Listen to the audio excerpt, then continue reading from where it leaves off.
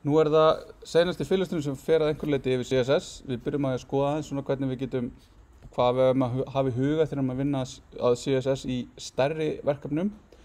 Tökum síðan aðeins hvað Node og NPM býður upp á og hvað það er og hvernig það virkar og hvernig við getum sótt og notað tól þaðan. Og endur síðan á því að skoða SAS og Stylint og nokkur önnur tól sem við munum nota núna í verkefni 6. En þegar við erum að vinna í stærri verkefnum þá þetta yfirleitt þannig að eins og þið hafa verið að gera þetta, þá byrjið ég bara með eitthvað svona smá CSS. Nokkra tugi lína sem verða kannski að einhverjum hundruðum, yfirleitt í bara einhverju 1 eða 2 skrám og lífið tiltölulega einfalt í viðhaldi, eða svona halda utan um þetta og vita hvað hvar. En ef við pössum okkur ekki og við setjum okkur ekki eitthvað kerfi og við höfum ekki eitthvað svona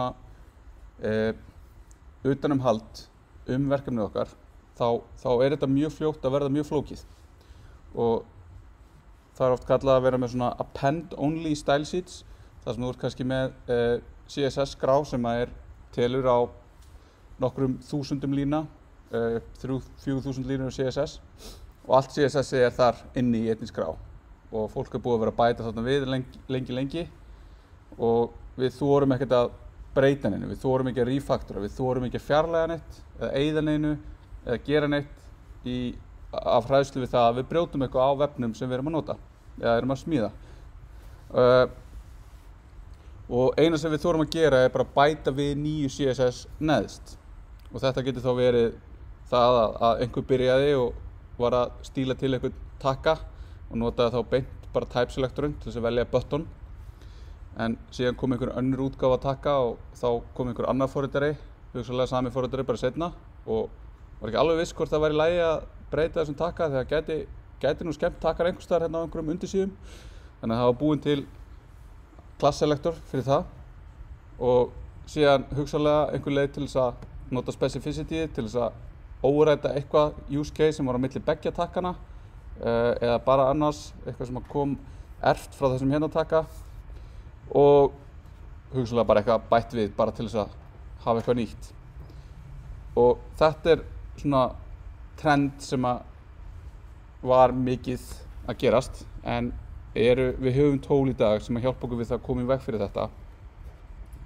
Og það að setja okkur svona guidelines eða svona viðmiðunarreglur sem þá svona tengjast þessu linting og þessu sem við töluðum hérna í fyrirlesturum í tengslum við HTML-ið og byggir það á því að vera með einhver svona tól, eitthvað sem að hjálpa okkur við það að halda okkur við þessar reglur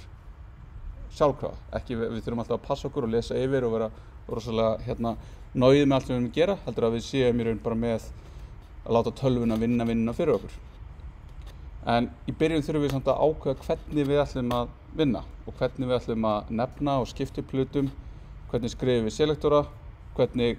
högum við layoutinu, hvernig griddið sem við erum að nota, erum við að nota grid, erum við að nota eitthvað annað, en bara að búa til svona gróft plan það hvernig við erum að vinna verkefnið. Af því að þegar maður að vinna svona vefi og búin að setja hann í loftið, þá í raun tíminn sem við erum að viðhalda vefnum miklu lengri í svona dagatals, dögum, mánuðum talið en það sem við erum að vinna þetta. Þannig að vanda vel til verks í byrjun, og þetta náttúrulega bara við alla forritun, að þá margborgar það sig tilbaka í viðhaldsfasunum. Hvort það sem það eru við sem erum að sjá það, eða einhver annar í teiminu okkar, eða bara einhver annar óháður okkur að öllu leyti. Við klárum bara eitthvað verkefni og látum einhvern viðskiptavin fá það. Sá viðskiptavinur fer með það í rekstur hjá einhverjum öðrum aðila eða þarf eftir einhver tíma að fá viðbætur hjá einhverjum öðrum. Og þá náttúrulega ekkert gaman ef upplifun þeirra sem taka við verkefnin okkar sé að við séum búin að skila einhverju sem ekki faglegt eða gott að vinna með. Og eftir því sem þið forritið meira og vinnið meira þá myndið ykkur skoðun á því hvað góður kóði, hvað fallegur kóði, hvað snyrtilegur kóði. Og þetta í raun bara svona að passa sig upp á það að hafa eitthvað plan og fylgja því eins og við getum og búa til eitthvað utanumhald utan það. Það eru nokkrar tilbúnar aðferðir sem við getum notað til þess að struktúra og skipuleggja CSS okkar. Þetta nú margt til frekar svona gamalt, en það sem að hefur í raun náð mestu svona útbreiðslu og svolítið svona mikið notað eða eitthvað svona afbökun af því eða eitthvað svona sem að má rætur svona rekja til þess BEM, en allt hitt í raun einhver leið til þess að búa til eitthvað svona architecture eða object oriented CSS eða style tools. Þetta eitthvað svona leið þar sem fólk, þetta mest allt frekar svona gamalt af því að þó svo að CSS sé ekkert svakalega gamalt þá fór fólk að lenda í þessum sársauka, bara eitthvað hvernig eigum við að geta skalað CSS vinnun okkar yfir teymi sem bara 2 eða fleiri, jafnvel upp í 20 eða jafnvel upp í 50 eða fleiri. Hvernig eru fyrirtæki eins og Facebook eða Spotify eða Pinterest eða Twitter að láta UI-vinnuna, það að skrifa CSS í skala þannig að þú getur byrjað sem nýr forritari þar, einhver framenda forritari og getur byrjað að vinna í kerfinu og þurfur ekki bara eitthvað, já, þú þarft bara að lesa allt og svo þarft bara að giska. Það ekki þannig, heldur eru bara einhver svona guidelines, það einhver kerfi til staðar sem maður þarf að læra inn á og þau eru svona af ýmsu meiði, en þau eru yfirleitt eitthvað sem maður má rekja til þessar hluta sem voru að verða til hérna fyrir svona, já, kannski 8 til 10 árum síðan þegar að fólk var að byrja þessa vinnu. En BEM sem við ætlum að skoða sérstaklega þetta Block Element Modifier og það eina sem það bara svona filosófía um það hvernig við skrifum selektora. Og þá það byrjað á því að hugsa um það hvað í raun blokkið, hvað hæsta stigið á sem komponent. Þannig að það þetta sem ég búinn að nefna nokkuð svona, það svona einhver komponenta sem við erum að vinna með. Og þá komponenti eitthvað sem að inniheldur kannski bara texta eða bara einhverja leið til þess að framkvæma einhver aðgerð með því að hafa texta á takka eða texta á link. En yfirleitt þetta einhver svona eining sem að í raun hugsanlega sett saman úr öðrum komponentum en svona svolítið órjúanleg. Hún svona eitt eining á síðunni, einhver eitt komponent á síðunni. Og síðan í raun búum við til síðan okkar úr mörgum svona komponentum og þá þetta, hvað komponent? Það til dæmis button eða heading og þá þetta yfirleitt svona, við erum með svona mismunandi kannski granularity, getur zoomað okkur inn og út á það, hversu yfirgripsmikið komponent en í BEM þetta í raun að finna komponenti sem ég að vinna með og skilgreina þá í raun klass sem bara heitið á þessum komponent. Þannig að þetta kemur aftur eitthvað sem erfitt í lífinu og í forritun að gefa hlutunum eitthvað nafn sem bæði make sense og í raun ég og næsti maður skilur eins og þá það að gefa þessu eitthvað lýsandi nafn og síðan höldum við áfram og undir komponentum þá erum við með fullt af einhverjum börnum, einhverjum child elementum sem við viljum stíla til að gera eitthvað við og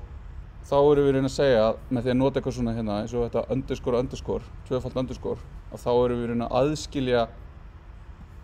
það barn frá foreldrinu.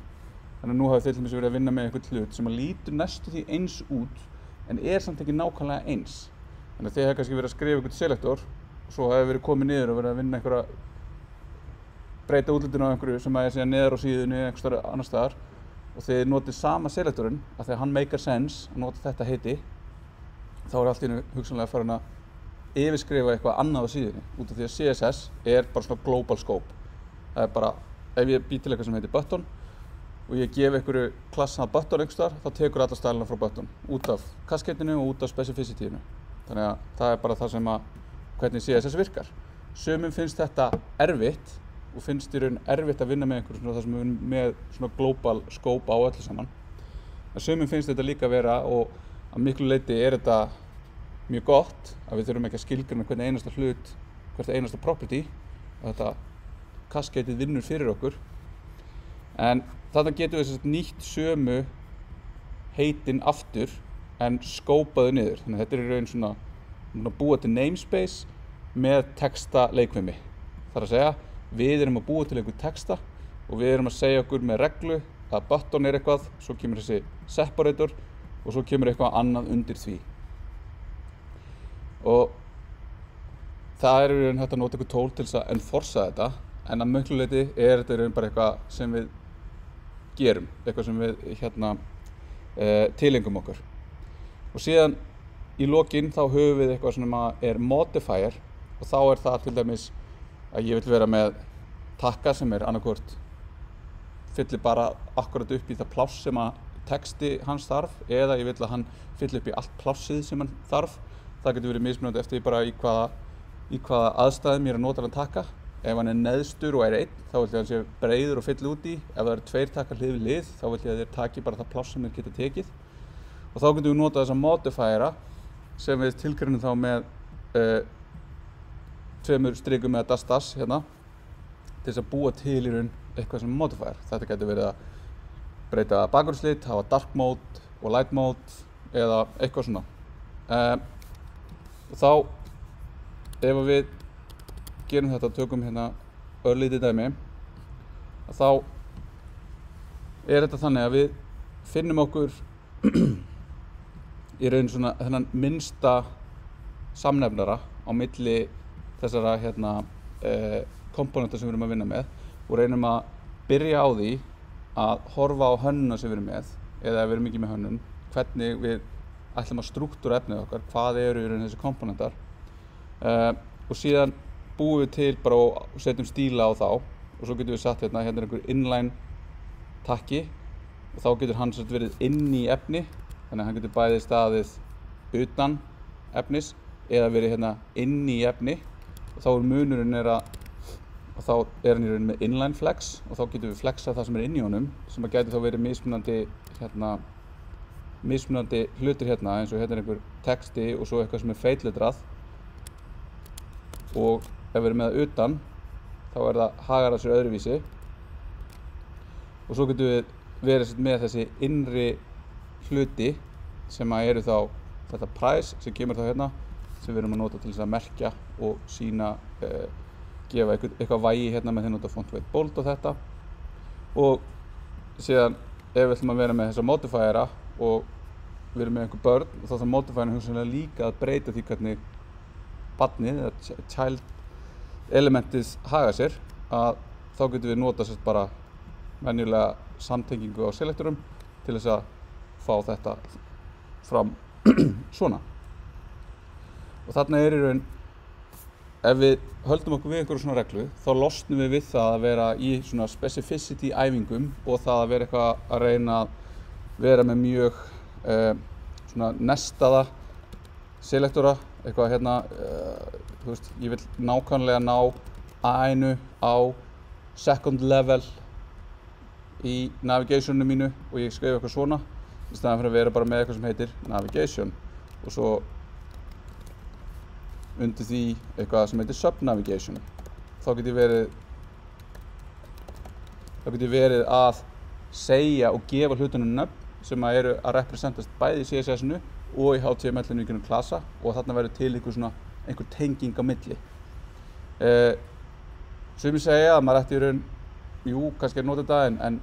þetta getur farið svolítið langt út fyrir og verið svona antitesa við það sem að CSS vill vera, það sem að vill nota kasketið meira og vill kannski, jú, ok, navigation lagi, en svo þú veist komin undir, þú veist, verður það bara með A, af því að öll A undir navigation ættu við að höndla með bara type selektorum, í staðan fyrir að vera með endalaust einhverjum class selektorum. Og síðan fer þetta náttúrulega út í einhverja svona, kannski vitleysu, þar sem að, eins og ef við erum að skoða, ef við skoðum, þú veist, hvernig þetta sett upp í Slack, að þá hérna eitthvað P, greinilega, eitthvað P bandstrygg einhver leið til þess að aðgreina eitthvað, og svo förum við hérna niður og við fáum hérna eitthvað svona sem kallast á við, maður segja, stekkum þetta aðeins, við BEM, við erum hérna með eitthvað 2 underscore, þannig að P bandstrygg top underscore nav underscore sidebar, og þá sjáum við að þetta hérna eitthvað hérna uppi og þetta þessi sidebar í toppnafinu, þannig að hérna eitthvað svona eitthvað kerfi, C, þannig að þannig greinilega eitthvað P og C eitthvað, C component, P eitthvað annað, ég veit það ekki, og svo ef við drillum okkur niður að hann reyndar ekki mikið að vera þarna finnum hérna aðal viewið þá séum við hérna p-workspace primary underscore view underscore contents header tiles p-view underscore header with bookmarks bar þannig þarna í raun eitthvað kerfi í gangi til þess að skipuleggja þannig að það gætu í raun verið kannski, ég veit ekki hvað margir á Slack, það eru örugglega svona 100 að minnstakosti manns sem eru að snerta á CSS-inu bara í sinni daglegri vinnu, kannski ekki akkurat þessi hérna skjár sem svona svolítið kritískur en einhvers staðar undir skjám eða í thread view eða í settings eða eitthvað og þú vilt í raun að þegar ég að nota sem bara einhver notandi Slack að það sé consistency í UI-inu sem þýðir þá að það hvort sem ég að horfa á þetta eða eitthvað direct message eða ég að stilla eitthvað í settings, ég að skoða analytics ég ætti alltaf að vera bara eitthvað, ég í Slack, ég sé það er consistency í gegnum verkefnið og í gegnum viðmótið og svo erum við hugsanlega með einhverja takka eða einhverja leið til þess að lita eitthvað og það ætti þá að vera consistent og þá ættum við ekki bara að vera með consistent að því leiti að það er búið að forrita n sinnum eins heldur ættum við hugsanlega bara að vera með einn komponent sem við erum að nota á öllum þessum stöðum og þá fer þetta kallast aftur í þessu hönnunarkerfi sem við skoðum að þessi seinasta tíma og hvernig við erum að útfæra það og hvernig við erum að viðhalda og bæta við það. Síðan með layoutið eins og þeir eru núna að vinna með að nota grid til þess að stýra því hvernig layoutið síðan þar sem við erum að setja þessa komponent okkar inn í eitthvað kerfi þannig við erum að raða saman þessu komponentum og búa til eitthvað sem við köllum síðu og þá þetta aftur hönnunarkerfið og forritunin og skipulagið þetta helst allt í hendur og þarna eru svona margar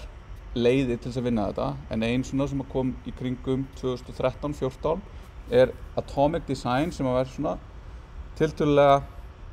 einfalt konsept en þar þetta unnið þá þetta kallað svona tekur blaðsíðu úr hérna líffræðinni og kallið minnstu hlutin okkar atóm og þá það allir eins og takki eða bara texti í meginmáli, fyrirsögn, linkur. Svo erum við með molecules og þá það orðin af þessum komponenta sem við erum að blanda saman. Ég með eitthvað kart sem með mynd, það með fyrirsögn, það með meginmáli og það með takka. Það eitthvað svona molecule. Og svo erum við með organism og þá það mörg kört saman til þess að hópa saman einhverjum hlutum, einhverjum upplýsingum og síðan ef ég fæ mörg svona organism saman á eitthvað þá komið eitthvað svona template og þá það eins og við erum að vinna með í verkefni 4 og 5 nema að þá templatein svona eins og tómt af efni og síðan fyllum við það efni og þá erum við komið með síðu þannig við getum hugsað til dæmis ég með marga, ég með leið til þess að vera með yfirlit yfir fréttir en síðan þegar ég búinn að setja actual efnið inn þá ég komið með síðu með fréttum en þangað til að efnið komið inn þá get ég verið með hérna eru skemmtifréttir, hérna eru innlendarfréttir, hérna eru erlendarfréttir allt þetta sömu templatein sama templateið þar að segja en þegar ég set actual contentið inn þá breytist í raun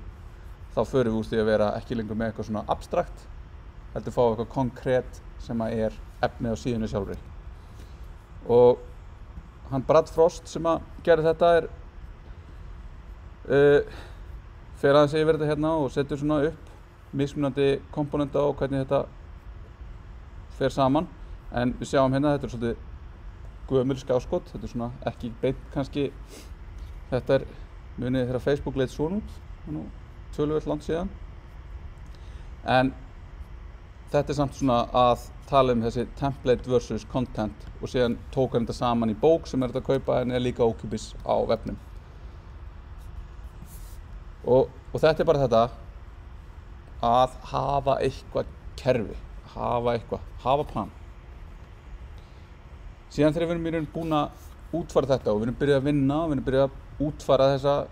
komponenta, molecules, organisms hvað sem við köllum þetta á endanum að þá á einhverjum tímapunkti erum við komið með eitthvað sem við fyrir að segja hey, þetta eitthvað sem tilbúið, þetta eitthvað sem við getum farið að sýna heiminum og þá spurningin hvað hvernig ætlum við að prófa þetta, hvaða vafra erum við að styðja, hversu langt erum við að fara aftur í stuðningnum, eins og það er ekki nema 2 ár síðan að E11 var eitthvað sem maður þurfti í alvörunni að hugsa að styðja, en nú er Microsoft búið að taka eftir að það var end of life á E11 núna í desember og hætt öllum stuðning, allar öryggisútfærslur og allt var hætt og við það þá hrapaði þetta svona niður í undir 1%, en samt þá 0,58% markaðshlutdeild í öllum heiminum. Sjá, hérna þetta, hérna getum við séð og þetta eru svona leifar af þessu vafrastríði hérna, þar sem við sjáum í raun hérna að fyrir ekki meira en 12 árum var þá kannski 8 og upp í 11 með 60 plus markaðshlutdeild. En síðan þetta bara búið að falla hérna, þangað til að það varð svona smá plató hérna, þar sem þetta fór í svona 3–5%. Það voru alveg svona stofnanir, kannski eins og inn á spítalanum, þar eru bara vélar og þar er bara einn ríkisvafri, af því þar eru tölvudeild sem heldur úti og við heldur öllum tölvunum bara miðlægt og þá er ekkert hægt að fara bara inn og eitthvað, ég ætla bara að setja Chrome á þessa vél og svo fer einhver á milli og það er bara eitthvað, virkar ekki að logga mig inn í þetta kerfi, það þarf að vera. Þannig að það þarf að vera svona ákveðið baseline af stuðning og mörg til dæmis af þessum lækningatækjum eru bara með einhver vefviðmót sem að virka bara í einhverjum ákveðnum vafra og þú ert bara að bíða eftir næstu stóru uppfærslu og þar að leiðandi ertu búin að læsa allt umhverfið þitt niður í að vera bara eitthvað baseline vafri sem er ekkert sérstaklega góður en virkar fyrir tækin sem eru krítísk í vinnunni. Það eru svona spurningar sem við þurfum að spyrja okkur þegar við erum að vinna með þetta og þá getum við, annarkvort erum við í einhverju svona umhverfi þar sem svona liggur beint fyrir eða við erum með einhver analytics vonandi þar sem við getum séð í raun, já, á seinustu 6 mánuðum er þessi vafri mest notaður, þessi vafri minnst notaður, hversu mikið er þessi sem er minnst notaður, ætlum við að styðja hann, ef við ætlum að styðja hann, hvernig ætlum við að prófa fyrir hann, er þetta einhverju tæki sem ég hef aðgangað, þannig að þetta er í raun hver er krafa viðskiptaverkefnisins, hver er krafa viðskiptavinnarins, viðskiptavinnarinn hefur eftir við enga hugmynd, þannig að þá er það svolítið okkur að segja hérna, herru, kæri viðskiptavinnur, get ég fengið að sjá hvort þú ert með það, því ég þarf að taka ákvörðun um hvort ég er að styðja hérna vafra sem er að detta út, en ef ég ætla að styðja hann, þá bætir það hugsanlega 10–20% við vinnuna við verkefnið. Og þetta eru ákvörðunir sem er miklu betra að taka í byrjun, en að vera einhvern veginn að koma af stað hérna viku eða á deginum sem við erum að setja eitthvað í loftið, bara eitthvað, ég setti í loftið og svo byrja viðskiptavinnarnir að hringja bara eitthvað, það virkar ekki neitt hérna og þá er það einhver ákveðin hópur sem er að nota eitthvað sem við bara prófum ekki og þá bara hræðileg upplifun. Og þá er það þannig að þegar við erum að setjast niður og forrita þá er það, við veljum okkur bara Chrome yfirleitt eða Firefox eða eitthvað bara vafra og erum í tölvu sem er bara með góðra stóran skjá og hugsalega bara nýleg útgáfa af vélinni og gott CPU, no minni og góð hraðtenging. En við þurfum líka að skoða hvernig er upplifunin í öðru tæki og það er ekki allir vafrar standa ekki jafnfætis, það er alltaf meira og meira, það eru kannski svona 80% jafnfætis núna en það er munur og það er mismunandi stuðningur en núna mismunandi buggar, það er alltaf minna og minna buggum, það er kannski mest af buggum í einhver svona nýlegu eins og í CSS Grid, ef maður þau farið að nota CSS Grid í svona frekar svona eitthvað nýs eða svona flóknari verkefni, þá getur ég lent í einhverjum buggum í einhverjum ákveðnum vöfrum eða bara stuðningi sem er ekki til staðar og þá fer það aftur í hérna, er einhver prefix, er einhver fallback, getur nota eitthvað svona support query til þess að svona hérna feature queries til þess að nýta nýja, þannig að nýjustu vafrarnir getur nýtt eitthvað en þessir eldri sem við erum að styðja því miður, það þarf að gera eitthvað fyrir þá. Má útlitið vera öðruvísi? Þurfa allir vefir að líta eins út í öllum tækjum? Nei, segi ég. Aðrir segja nei, já, þeir verða að gera það. Þannig að það er bara þetta, vera með plan. Fyrir hverja erum við að fara að vinna verkefnið? Hvernig lítur út raun heimsóknir á vefinn okkar? Það eru til þjónustur eins og browserstack og fleiri, þar sem við getum í raun borga bara fyrir það að fá hérna, hér eru 150 mismunandi vafrar, keyrandi á 10 eða útgáfur af vöfrum, keyrandi á 5 mismunandi stýrikerfum. Ég get keyrt þetta upp í iOS 11, 12, 13, 14, 15. Ég get keyrt upp í Safari, 10, 11, 12, 13. Ég get kert í Chrome hérna, útgáfum 80 til eitthvað á Windows 10, Windows eitthvað og þannig getum við fengið svona eitthvað þversnið en þetta er náttúrulega gífurleg vinna að prófa þetta þannig að það er eitthvað svona á einhverju tímapunkti þurfum við að prófa og þá þurfum við bara hvað er strategían okkar og þó svo að þessi tól og þessi tæki séu góð þá er ekkert jafn gott og að prófa í alvöru tækjum þannig að til að prófa í iOS er mjög mikilvægt af því að nota iOS þó svo við notum emulatorinn sem er að keyra á hérna mökkum þá er hann mjög líkur en hann er ekki nákvæmlega eins en hann er alltaf hann er enda simulator hann er ekki alvöru tækið þannig að það er munur, það getur verið buggar sem kom bara upp á tækinu sjálfu og eins og ég nefnt þá er í raun allir vafrar á iOS eru Safari þannig að þó ef við erum að vinna þetta á Windows vél notum bara Chrome þá erum við mjög líklega að fara að lenda í einhverju svona minor layout issueum sem er á milli Safari og Chrome og það verða miklar umræður í svona forritunar samfélaginu á Twitter það að Safari sé nýji EE og margir sem eru að spá í þetta og færa rök fyrir þessu og færa rök gegn þessu en þetta er svona, það er ástæða fyrir því og það er það að það er munur þarna á og fólk rekur sig á eitthvað og það er bölvaður vesen en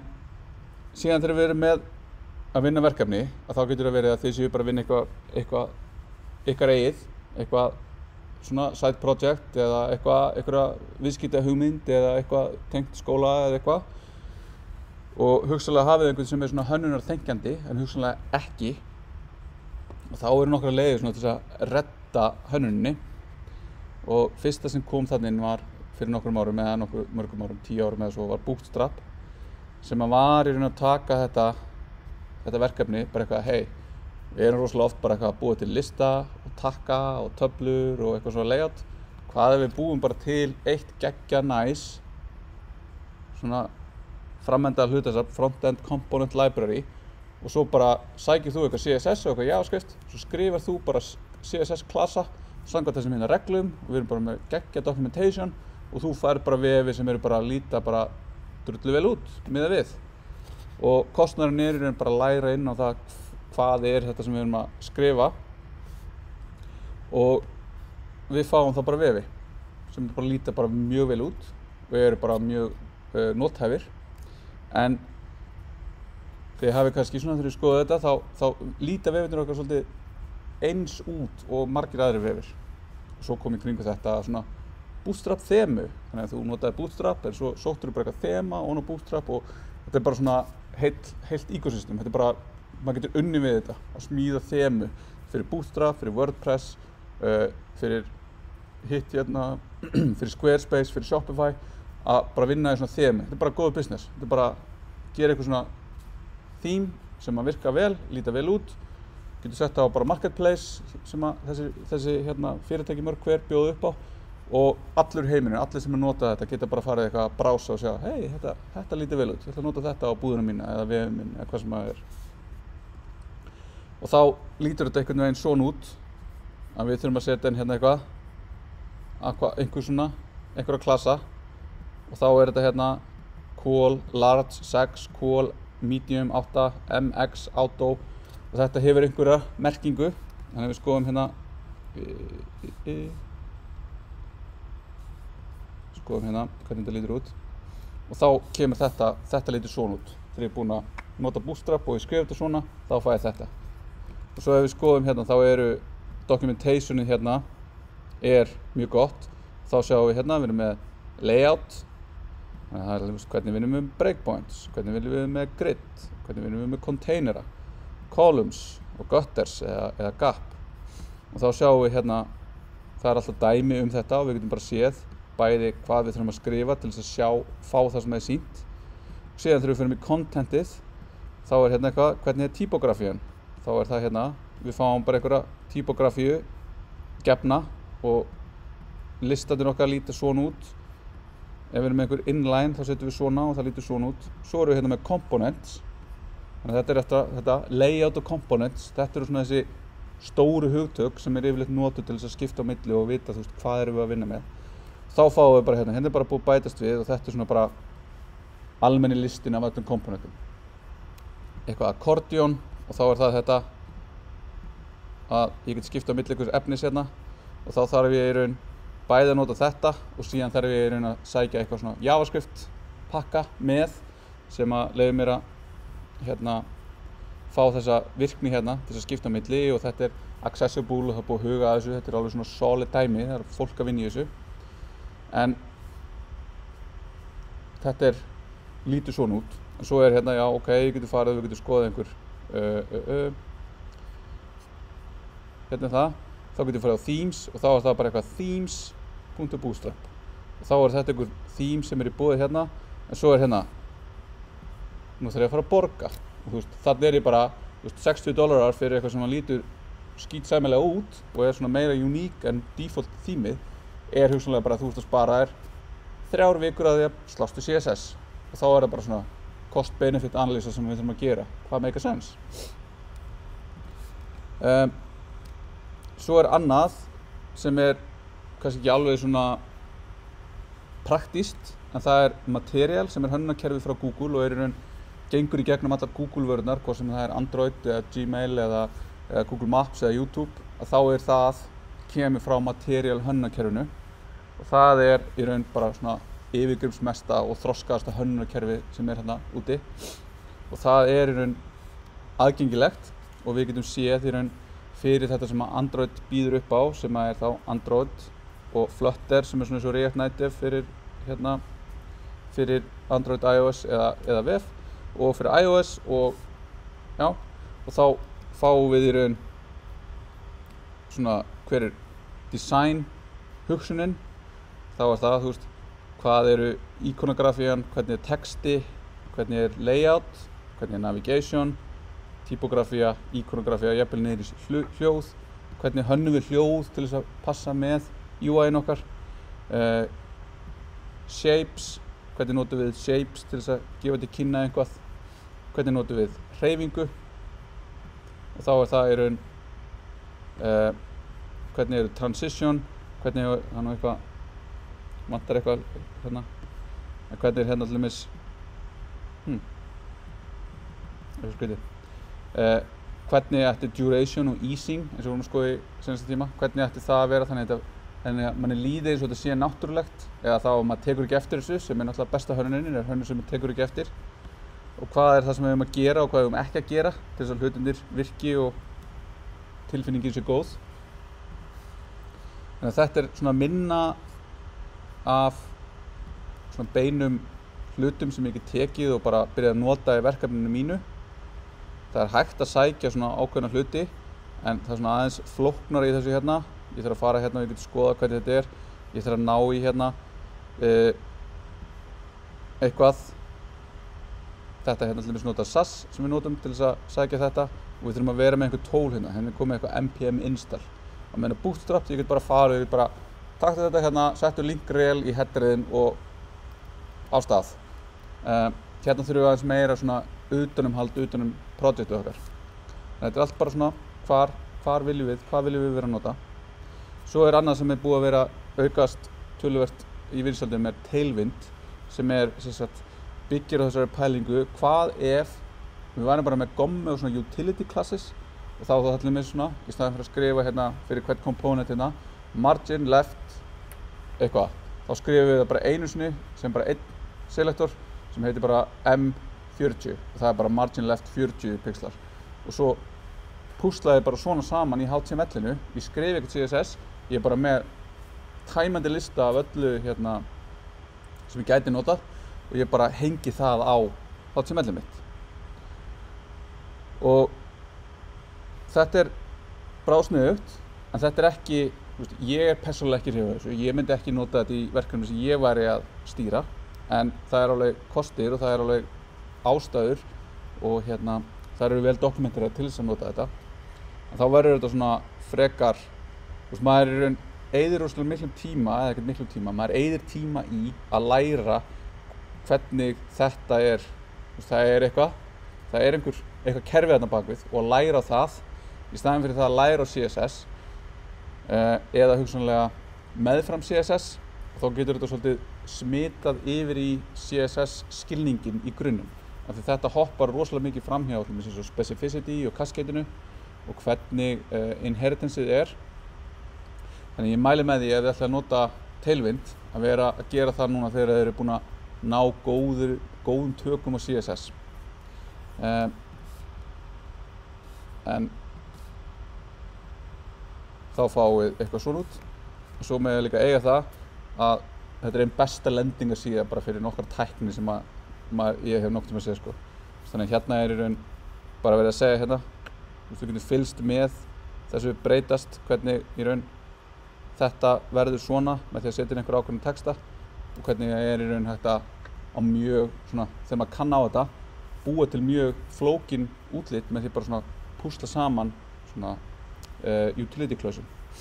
og það grein sem ég linka á sem frá höfundi Tailwind þar sem hann fer í gegnum það hvernig hann endaði á þessum stað að segja bara eitthvað screw it, ég hættur að skrifa CSS, ég ætla bara að gera þetta svona bara hvað gerist ef ég fer alltaf einu skrifu lengra hvað gerist ef ég hætti að gera þetta fyrir bara svona og bara alltaf hvað gerist ef ég gera þetta fyrir allt og hann færi mjög sterk rök fyrir því en síðan eru aðrir sem eru með mótrök en það gott að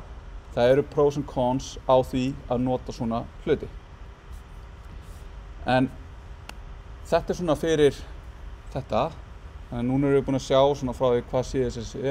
upp í það að vera að vinna með þetta í komponentaleveli, í layout-leveli skoða hvernig við myndum gera þetta með grid og svona og síðan í raun líkur þessu með hópverkefninu sem við sjáum í næstu viku þar sem þið fáið fyrirlagða hönnun sem þið þurfum síðan að útfæra saman í teymi og vinna í svona nútímalegu kerfi eða svona setupi fyrir VF project. En við skulum taka pásu til 15:50